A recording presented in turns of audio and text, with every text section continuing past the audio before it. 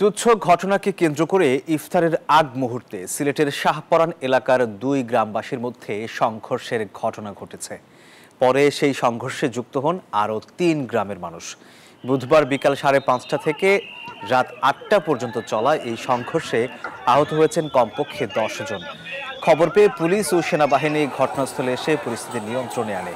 এ সময় পুলিশ ঘটনাস্থল থেকে ৩ জনকে আটক করে। পুলিশ জানায়, তুচ্ছ ঘটনাকে কেন্দ্র করে কথা কাটাকাটির এক পর্যায়ে দাসপাড়া ও চক গ্রামের ২ জনের হাতাহাতি হয়। পরে তা ২ গ্রামের মানুষের সংঘর্ষের রূপ নেয়। ইফতারের পরে সংঘর্ষে যুক্ত হয় বংশীধর, বালুটিকর ও হালুপাড়া গ্রামের মানুষ। বর্তমানে পরিস্থিতি শান্ত রয়েছে বলে জানায় পুলিশ।